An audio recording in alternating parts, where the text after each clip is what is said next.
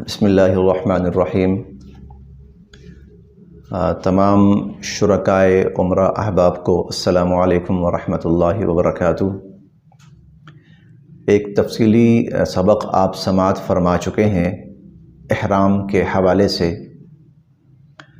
تو ضمناً ایک دو باتیں رہ گئی ہیں، وہ بھی پیش خدمت کیے دیتا ہوں۔ باقی کسی ساتھی کو اگر اس معاملے میں کوئی مزید وضاحت درکار ہو تو وہ خود بھی رابطہ کر سکتا ہے اور پوچھ سکتا ہے۔ ایک شخص احرام باندھ لیتا ہے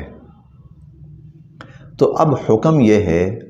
کہ اس نے یہ احرام اس وقت اتارنا ہے جب وہ عمرہ کر لے گا، عمرہ کے سارے ارکان ادا کر لے گا، آخر میں بال کٹوانے ہوتے ہیں یا منڈوا لیتا ہے یا ٹین کروا لیتا ہے، اس کے بعد وہ حلال ہو جاتا ہے۔ حلال ہونا یہ وہ اصطلاح ہے جو اللہ رب العزت نے استعمال فرمائی ہے، فَإِذَا حَلَلْتُمْ فَاصْطَادُوا، جب تم حلال ہو جاؤ پھر تم شکار کر سکتے ہو۔ تو حلال ہونے کا مطلب یہ ہے کہ آدمی اپنے عمرے کے تمام ارکان پورے کر لے، اس کے بعد پھر وہ حلال ہو سکتا ہے، یعنی احرام اتار سکتا ہے، اس سے پہلے وہ احرام نہیں اتار سکتا۔ لیکن اس میں جو سمجھنے کی بات ہے وہ یہ کہ اگر کوئی شخص اس دوران وہ قضاء حاجت کے لیے جاتا ہے اور وہ احرام اتار دیتا ہے یہ سوچ کر کہ کہیں اس دوران میرے کپڑے یا میرا احرام ناپاک نہ ہو جائے کہیں، تو اس خدشے کی وجہ سے وہ قضاء حاجت کے لیے اپنا احرام اتار دیتا ہے، یا وہ غسل کرنا چاہتا ہے، گرمی لگی غسل کرنا چاہتا ہے تو احرام اتار دیتا ہے۔ ایسی صورت میں اگر وہ احرام اتار بھی دیتا ہے اس سے کوئی فرق نہیں پڑتا، وہ احرام ہی کی حالت میں ہے۔ ہاں، وضو کر کے یا غسل کر کے اس نے پھر یہ احرام باندھنا ہے، احرام ہی باندھنا ہے، پھر کوئی اور کپڑے وغیرہ اس نے نہیں پہننے، احرام ہی باندھنا ہے۔ اگر تو وہ خدا نخواستہ وضو وغیرہ کر کے یا غسل کر کے کوئی اور کپڑے اپنے عام پہن لیتا ہے تو پھر وہ غلط ہے، پھر اس نے غلطی کی ہے، پھر اس کے اوپر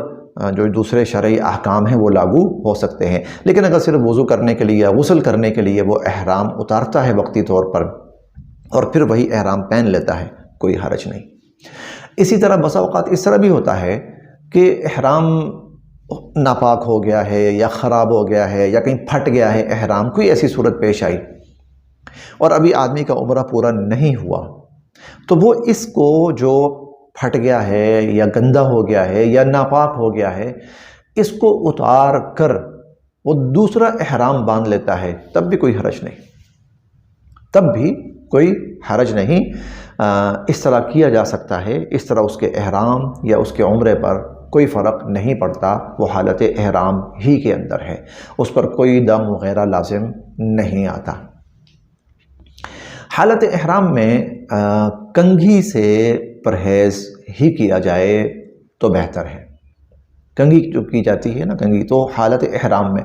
کیونکہ کوشش یہ کرنی ہے کہ انسان اپنا کوئی سر کا یا داڑھی کا یا کوئی بال نہ توڑے، از خود نہ توڑے، تو اس کنگھی کی کرنے کے اندر یہ بہرحال خدشہ ہوتا ہے کہ بال ٹوٹیں گے اور اس میں ہوتا ہے امکان، تو لہٰذا احتیاط اسی میں ہے کہ کنگھی نہ کی جائے، کنگھی سے گریز کیا جائے، کنگھی سے احتیاط کی جائے۔